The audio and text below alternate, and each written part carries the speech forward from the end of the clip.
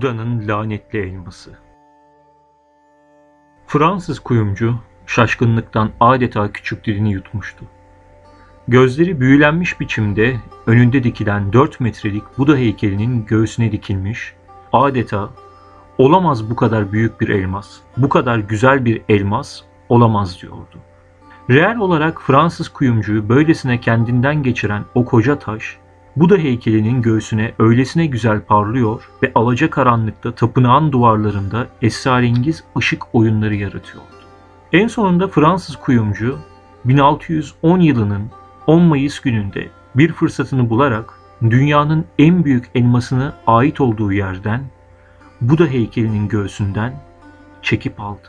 Ancak ertesi gün bu mavi beyaz elmasın çalındığını gören Buda rahipleri hiç telaşa kapılmamışlardı.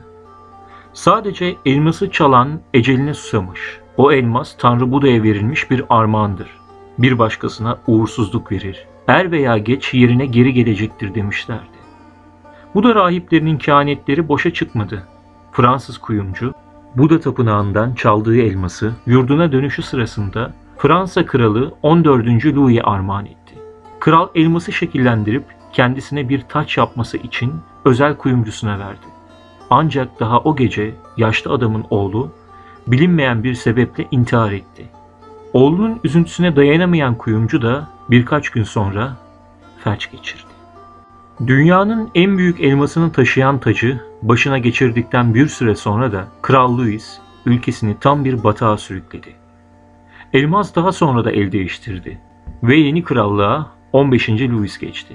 Kral genç yaşında çiçek hastalığı sebebiyle öldü. Lanetli elmas bu sefer de 16. Louis'in malı olmuştu. Kral bu dev elması Marie Antoinette'e verdi. Bu ünlü kadının sonu da iyi olmadı ve Fransız devrimcilerinin kurduğu idam sehpasında başı giyotinle kesilerek can verdi. Elmas kendisine sahip olan herkesi lanetliyordu.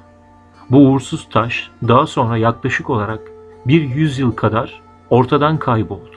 En sonunda Londra'da olduğu anlaşıldı. Banker Thomas Hope taşa kendi soyadını vererek Hope Diamond yani umut taşı dedi. Ancak o da çok yaşamadı.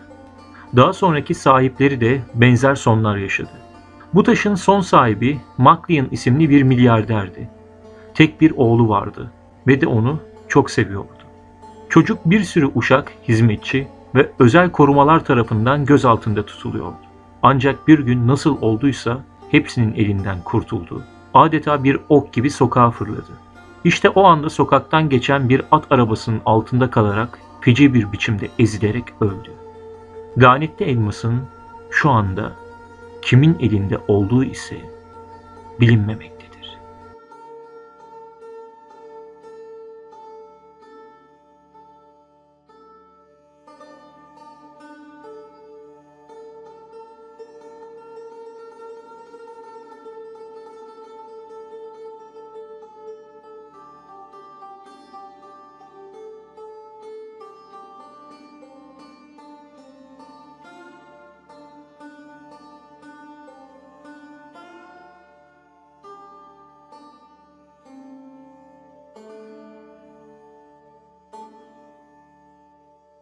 Videolarımızın devamı için kanalımıza abone olmayı unutmayın.